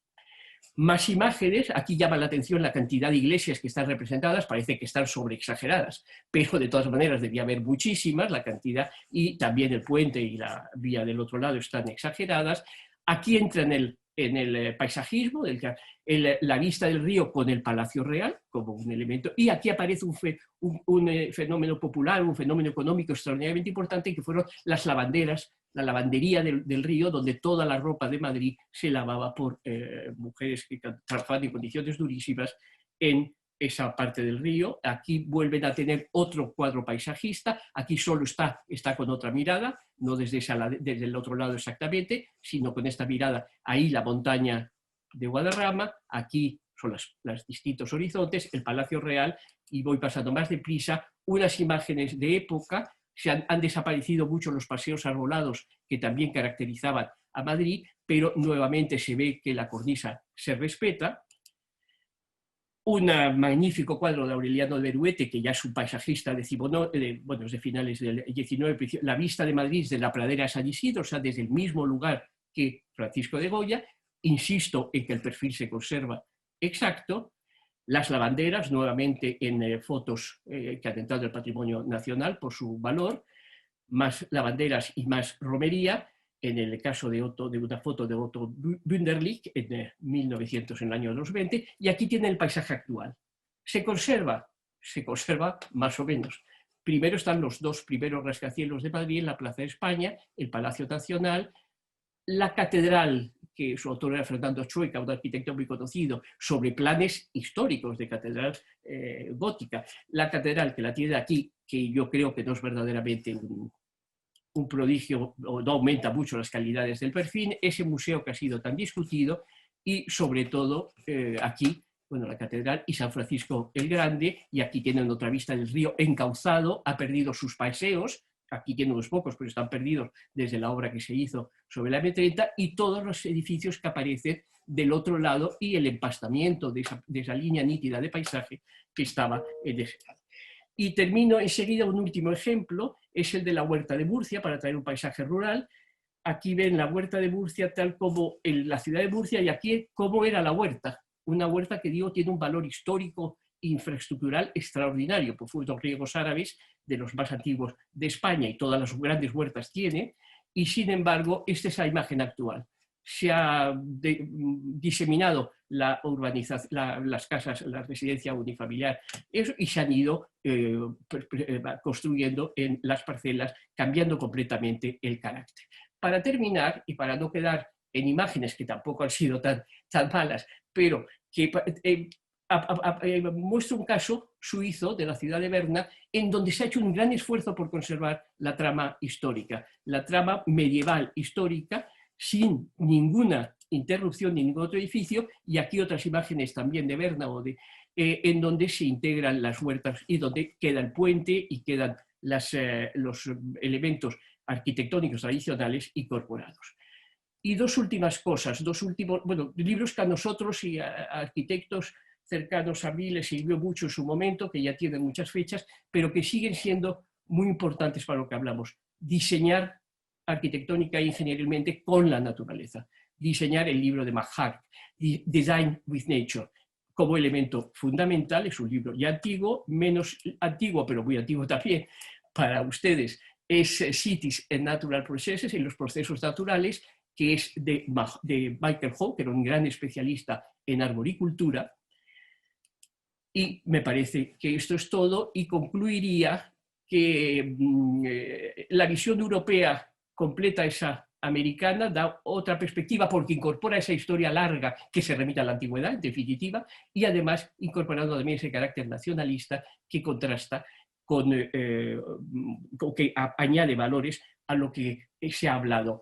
Y una última palabra que le quería decir a José. Una de las cosas que más hemos estudiado nosotros es cómo no solo las tramas urbanas se reconocen tras las tramas rurales, se reconocen en la urbanización progresiva, sino en la propia ciudad de Madrid. Hay barrios que son los longueros, con el tamaño de longitud que tenía la trama rural, la trama de cultivo, y que todas estas cuestiones a mí me parecen extraordinarias de estudiar. Sigo guardando la emoción, aunque también estoy ya jubilada y soy emérita, pero sigo trabajando por el entusiasmo que me sigue produciendo el paisaje. Muchas gracias. Muchas gracias, Josefina. Entonces, si puedes, por favor, dejar de compartir la pantalla. Muchas gracias. Eso lo he hecho Entonces, todo. ahora, antes de pasar a las preguntas del público, voy a pedirles a nuestros ponentes unas breves reflexiones en que se pueda enlazar lo que hemos escuchado de los tres. Si le parece, empezamos con José Canciani. Sí, bueno, antes que nada, muchísimas gracias a Javier y a Josefina. Los he seguido con mucha atención y les agradezco sus intervenciones. De Javier siempre es de esperar sus calidades eruditas y sus inquietantes desafíos sobre las características y los conceptos de paisaje, territorio, cultura, natura, ¿no? Y creo que coincidimos en eso. Me parece que en este caso hay también la perspectiva local, indígena, digámoslo así, del territorio y del paisaje, que es un aspecto que debemos ver con cuidado, ¿no? O sea, acceder a la mirada del otro es algo que es algo que nos proponemos. En ese sentido, quizás ver que el territorio como construcción social, en este caso, incluye una relación íntima y especial con la naturaleza, ¿no? En el mundo andino o en el mundo amerindio, digamos, la naturaleza tiene un carácter humano, ¿no? Los animales han compartido una antigua humanidad. Como dice Eduardo Viveros de Castro, para el caso amazónico, pues a diferencia de los occidentales que tratamos de ser los humanos los menos animales de los animales, pues en el mundo indígena los humanos son los más humanos de los humanos, ¿no? Y eso voltea un poco a la perspectiva de la relación con la naturaleza. Y en este caso creo que hay mucho de generar, aunque en el mundo europeo también lo hay, una segunda naturaleza en el territorio, ¿no? La crianza de las plantas, la crianza de los animales, obliga a la crianza del agua, a la crianza del suelo, a la compenetración con el clima, etc. Entonces, ese carácter especial y singular en el cual se interviene en la naturaleza y se modela el territorio, finalmente constituye el carácter del mismo, el carácter sensible, como lo decía Javier, de lo que se ve y de lo que se trae en la propia cultura, ¿no? En cuanto a lo que señala Josefina, bueno, siempre con todo el respeto hemos leído con muchísima atención y aprendido de su ensayo publicado en el libro editado por Javier sobre territorio y paisaje, ¿no? Un ensayo de enorme profundidad y que para nosotros ha sido importante en entender la definición de las unidades de paisaje y sus características, cómo delimitarlas, cómo definirlas y cómo, sobre todo, tener instrumentos de ordenamiento territorial, ¿no? El territorio y el paisaje que se genera en él son, como se ha dicho, cambiantes, tienen estratos, hay que reconocer esos estratos, tenemos diferentes capas que se superponen. En el territorio siempre vamos a seguir interviniendo, pero creo que lo que es fundamental es valorar el territorio, no entenderlo como un espacio en blanco, como una carta sobre la cual se puede colocar todo tipo de infraestructuras y de explotaciones económicas, etcétera, sino antes de eso hay que mirar con muchísimo cuidado cuáles son sus valores, sus elementos estructurantes, y que las intervenciones que hagamos en él aporten un nuevo valor o recalifiquen los valores preexistentes, ¿no? Son solamente algunos aportes a lo que se ha dicho. Me parece muy importante lo que señalaba Josefina en la integración de lo urbano, de los asentamientos, sean estos rurales, vernáculos o por último las grandes ciudades, porque en el fondo atrás sobre ese territorio hay una naturaleza y se ha construido sobre una determinada naturaleza, hay una historia. Entonces creo que el drama de lo contemporáneo, de lo moderno, es justamente eso, prescindir de la condición territorial de nuestras intervenciones, ¿no? De alguna forma generar una perversa independización de nuestra intervención, por lo menos en la arquitectura y en el urbanismo, del carácter del territorio. Lo dejo ahí. Pero de nuevo, muchísimas gracias por sus aportes. Gracias, José. De repente, entonces, Javier, por favor. Sí, se me oye, ¿no? Sí. Bueno,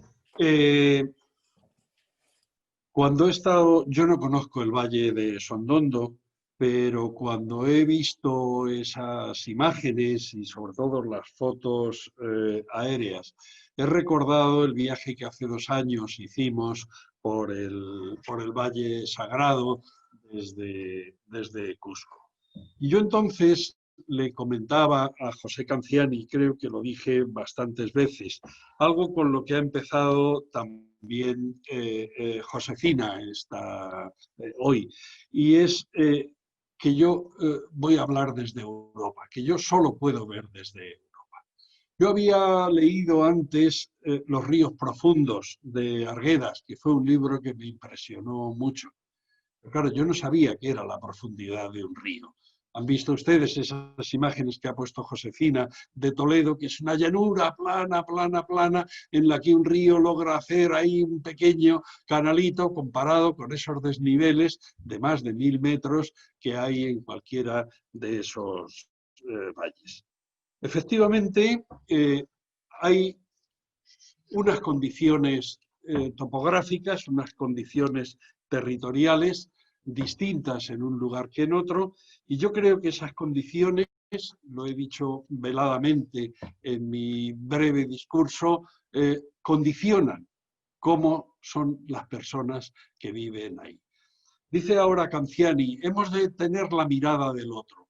Pues a lo mejor me cuesta mucho trabajo tener la mirada del otro, me cuesta el saber siquiera cuál es mi mirada o cómo soy yo capaz de mirar todas esas cosas.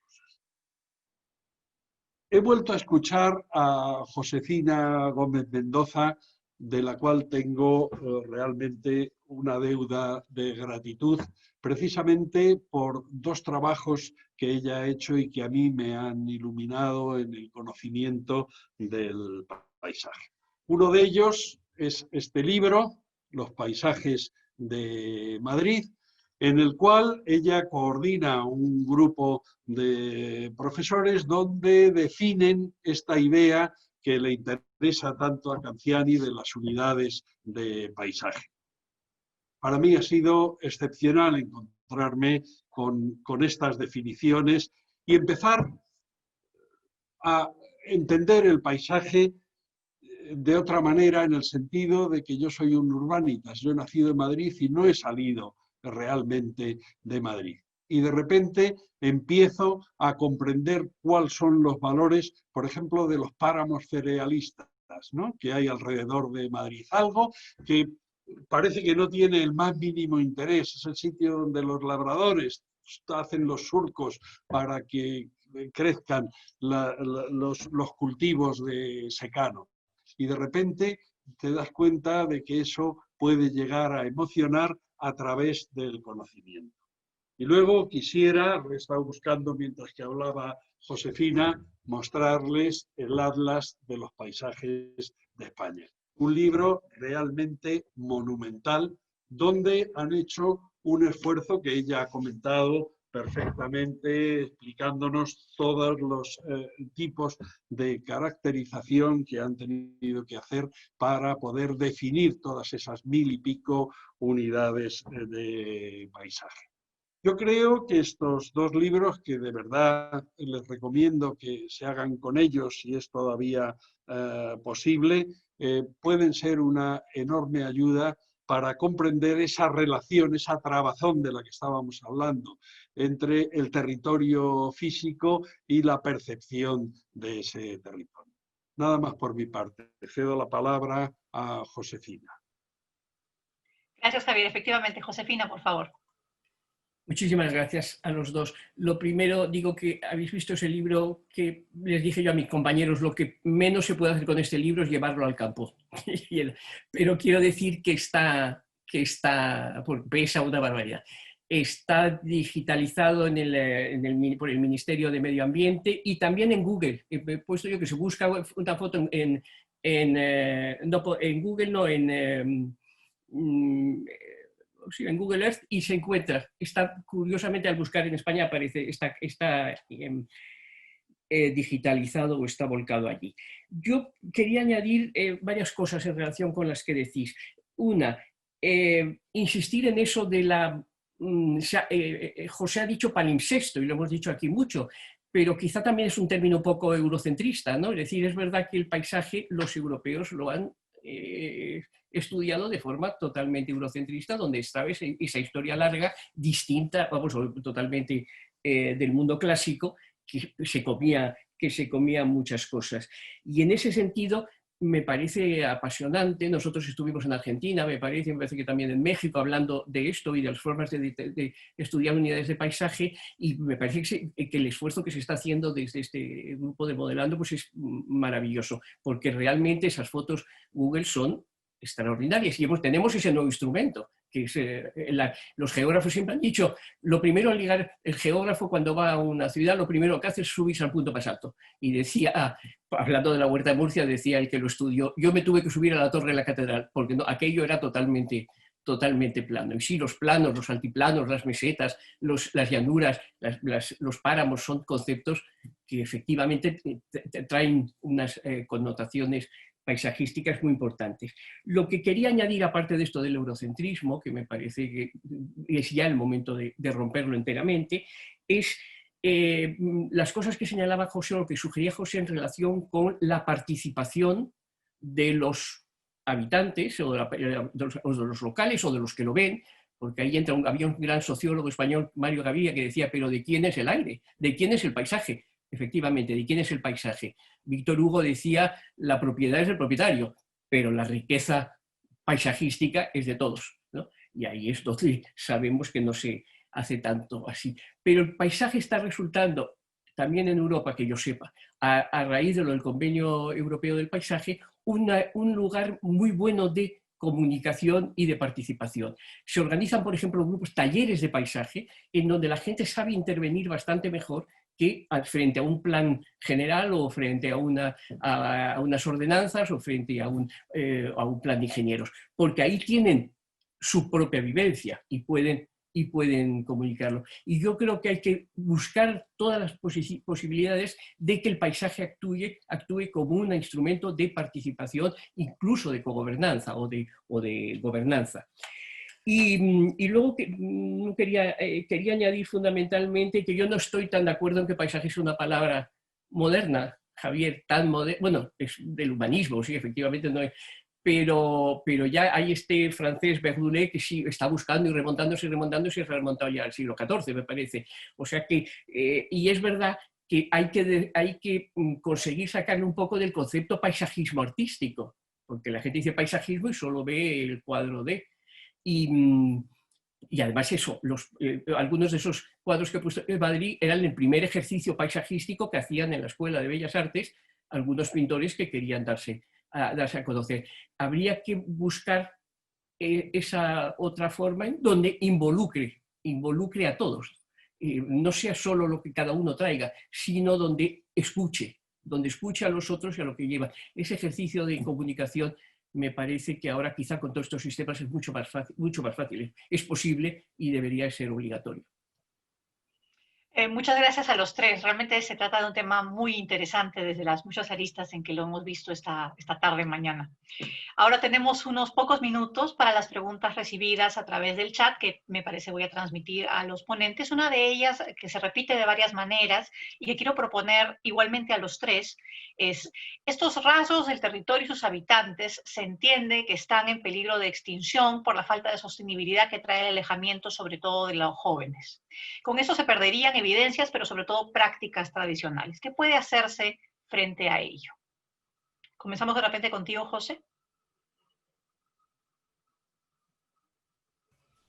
Sí, el programa el tema es crítico, es, digamos, dramático, ¿no? O sea, lo que podemos ver en el caso de Sondondo, como en otros lugares de nuestro territorio, es una acumulación de valorizaciones de mejora de las capacidades productivas, en este caso con un manejo de una biodiversidad compleja, de altiplanos muy elevados, con fondos de valle, con manejo del agua, con una diversidad biológica, donde tenemos un abanico de domesticación de plantas notable, que también llevó a una domesticación del territorio para hacer posible la civilización. Y lo que es crítico es que todo este mundo colapsa por el modelo global, ¿no? Por la imposición de otros sistemas culturales, por la valorización de lo que regula el mercado, por el éxodo que deriva de la denigración de los espacios rurales, de la falta de servicios, de la violencia que también hemos tenido, etcétera, etcétera. Entonces, hay una acumulación de efectos erosivos sobre el mundo rural. Pues creo que deberíamos, en el caso peruano, detenernos y decirle cuál es nuestra manera nuevamente de vincularnos con el territorio. Cómo volver a ambicionar tener un proyecto territorial que recupere las calidades de lo que ha constituido nuestras bases como civilización.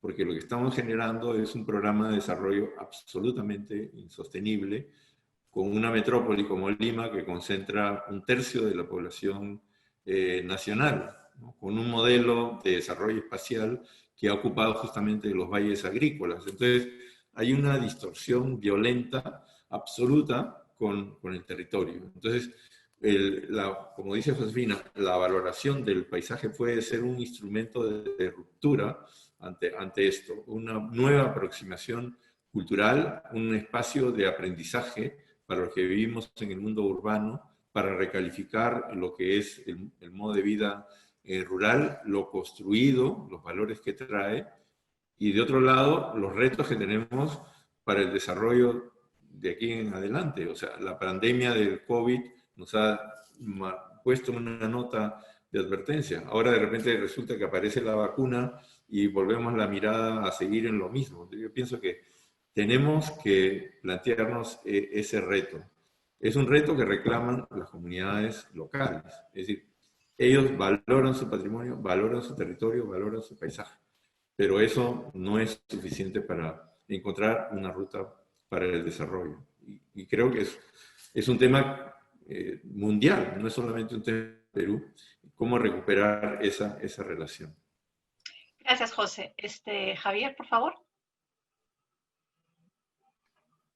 Efectivamente, no sé por qué me sale una cosa aquí en la pantalla, vamos a quitar eso, sí. Está bien, te vemos sin problemas. Sí, efectivamente, como dice José Cansiani, es un tema mundial. ¿Qué hacer frente a todo esto? Yo creo que hay una única receta, bueno, puede haber cientos de recetas, ¿no? Pero tal vez mi receta sería educación, y educación en la sensibilidad. Lo que ha fracasado, yo creo que fundamentalmente ha sido la educación cultural, es decir, cada vez sabemos más sobre técnicas, sobre tecnologías, sobre infinidad de cosas y nos estamos olvidando del mundo en el que vivimos y de quiénes somos nosotros. Pero me gustaría lanzar también una idea. El paisaje no es algo detenido, no es como el cuadro que ha pintado, de estos cuadros que ha puesto Josefina, de Carlos de Haes o de cualquiera de estos pintores, que ha fijado una imagen de un territorio y la ha fijado para siempre así. Y el conservador del museo tiene que conservar esa imagen tal y como el pintor la ha pintado. El paisaje, por el contrario, es algo que está como el territorio, como consecuencia del territorio, en completa evolución. El paisaje está evolucionando y está evolucionando según han evolucionado las técnicas agrícolas, las técnicas industriales, la ocupación de las ciudades, etcétera, ¿no? El problema es no que esté evolucionando, que esto está cambiando, es que tiene que cambiar. El problema es si sabemos hacia dónde va a cambiar eso.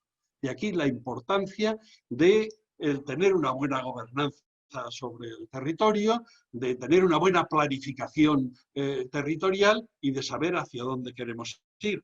Porque sí sabe esa población que menciona el convenio europeo dónde ir y sabe que se marcha de ahí. No solo se ha marchado toda la población rural a Lima, yéndose un tercio de la población a vivir aglomerados en el contorno de una ciudad. Eso lo estamos conociendo también en España con una frase que ha hecho que se ha convertido en un tópico, que es la España vaciada. La gente se va a otros lugares porque los medios de subsistencia no son ya posibles. Donde antes vivía una familia con un cerdo y con una huerta, hoy día necesita uno tener 1000 cerdos para poder vivir. Y esta es una realidad económica y social. Si somos capaces de dar respuesta a eso, tendremos una buena planificación del territorio y, por lo tanto, tendremos buenas imágenes de ese territorio, tendremos buenos paisajes. ¿A qué vamos? A que todo está interconectado. Aquí hay una trabazón entre vivencia, economía, explotación, territorio, etc. El problema es que estamos detenidos en asuntos absolutamente particulares y pequeños y hemos perdido la imagen de la totalidad de lo que son nuestras vidas. Por mi parte, pues nada más. Gracias. Josefina, por favor. Sí, brevemente sobre eso de cómo aprender a apreciar el territorio, no puedo dejar de citar de nuevo a Manuel de Terán, que nos decía siempre andar y ver, aprender a ver, ¿no? Educar la mirada, se decía también antes por José y por Javier. Educar la mirada y, bueno, eso en cuanto a, y luego vuelvo sobre eso, porque la mirada actual de los jóvenes y más de los niños es una mirada de drogadictos de lo virtual, del paisaje virtual. Ahí está también los paisajes con los que juegan los niños. Mis nietos tienen unos paisajes y tienen unos juegos que crean unos paisajes, una isla, etc. Eso tenemos que ver cómo aprendemos a recuperar la mirada sobre lo existente. En Europa se da lo que ha dicho Javier, se habla aquí muchísimo de la España vacía, de la España vaciada. A mí es un término que me espanta, porque será despoblada, o será porque parece que no hay nada, parece que no quedan las tramas que quedan de unas situaciones y de otras, incluso la población que queda merece un respeto, pero se sigue hablando de vaciada. Y en realidad no hay ninguna, no se aporta nada, porque se intenta aportar que si aparece, bueno, en todo caso que hubiera neorurales, ¿no? Gente que huye de la ciudad y ahora se habla de neoruralización, en los países europeos hay más que aquí, pero aquí empieza a haber. Pero la otra alternativa, que parece siempre un victimismo lo de la España vaciada, pero la otra alternativa son las grandes ciudades que ahora o son las ciudades medias y están paralizadas y perdiendo población también. Las ciudades medias de España están perdiendo población todas, o las dos grandes, o Madrid, Barcelona y alguna más, Valencia y tal, en realidad son parques temáticos. Es que lo que se ha convertido su industria, a mí me indigna hablando del coronavirus, que aquí solo se habla de que van a cerrar los cafés y las terrazas. Las terrazas, como si no importara nada todo lo demás, que si están cerradas las terrazas de consumo, quiero decir, de cafetería. En la parquetematización de las grandes ciudades es terrible. A mí no se me ocurriría, y lo he hablado mucho con él, no se me ocurriría volver a Atenas ya para nada, porque allí no hay nada más que turistas, tapando continuamente lo que uno puede desear y la forma en que puede desear estar. Y no sé cómo se soluciona eso en relación con la globalización. Yo sí creo, se apunta por ahí, que es verdad que estos últimos decenios de neoliberalismo absoluto y además campando con la globalización, el liberalismo capitalista me parece que ha sido tremendo, ¿no? Es decir, que no, ha perdido toda relación. ¿Cómo es posible que todos tengamos que consumir las mascarillas de China como ejemplo de la situación absurda que hemos creado? Aquí este país mío se ha desindustrializado absolutamente, no tiene nada que no tenga que comprar fuera. Y el ejemplo ha sido cuando ha habido que comprar mascarillas y respiradores en China, que naturalmente especulaba con ellos. Lo que no quiere decir nada sobre cierta globalización que se ha producido. Ok, muchas gracias, Josefina. Tengo más preguntas. Voy a tratar de condensar varias de ellas porque ya nos gana la hora. Tenemos una pregunta para José, una y otras para Javier y Josefina. Les voy a decirlas de una vez para que puedan prepararlas. José, una pregunta del público es, ¿cuáles son los criterios para la delimitación de la unidad de análisis de paisaje y territorio con los que se debe trabajar? Dice, ¿cuáles son las dimensiones cuantitativas? ¿Área, población? Y para Javier, la pregunta es, respecto a la libertad de interpretación y subjetividad sensorial del paisaje, ¿resaltar esas características no nos convierte en consumidores pasivos del paisaje? Y para Josefina, ¿la práctica actual del turismo hace que la perspectiva del paisaje sea una perspectiva impuesta? Comenzamos con José, si les parece. Sí, de manera muy puntual, la delimitación parte del reconocimiento, ¿no? El reconocimiento nuestro, pero también acompañado con los pobladores, que son los primeros conocedores de su región y de las características y de sus valores, ¿no? De los encuentros con las comunidades, y que cuando uno quiere terminar de delimitar, siguen diciendo, pero usted no ha visto que arriba del cerro hay una formación de tal, mire que aquí arriba hay unos mini volcanes, y uno nunca termina de valorar la extensión de la naturaleza y de las transformaciones que han modelado en el paisaje. Entonces, hay que empezar por algo, y se han reconocido los principales componentes de ese paisaje.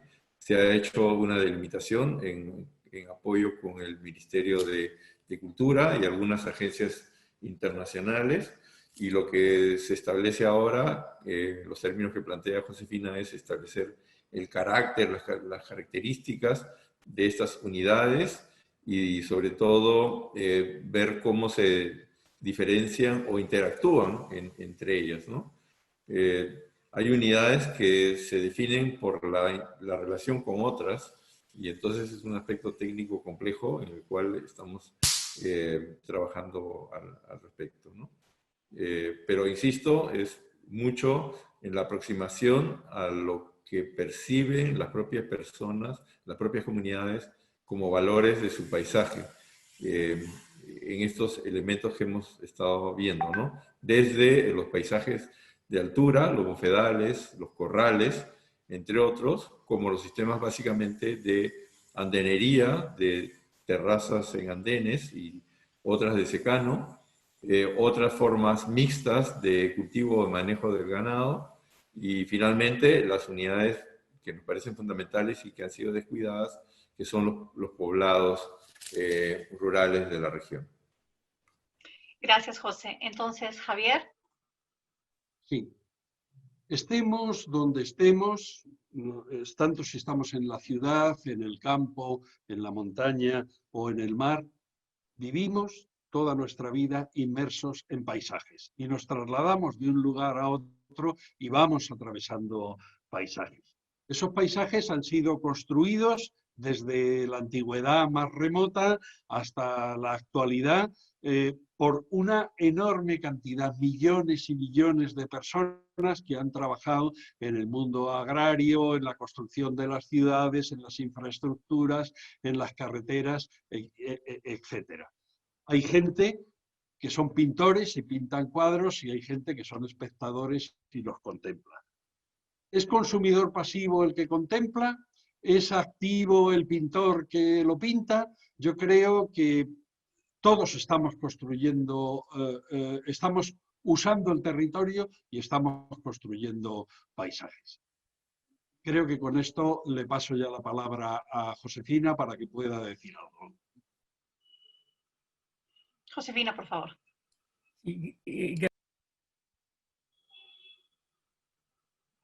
No se te escucha, tienes que encender tu micrófono.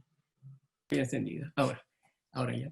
Respecto a las unidades de paisaje, lo que ha dicho José Canciano, yo añadiría que nuestra experiencia es que en general son supralocales y hasta comarcales. Es decir, que un poco la unidad de paisaje como tal, no ya los tipos de paisaje que reúnen varios parecidos, y que es y hay dos hechos fundamentales. La morfología.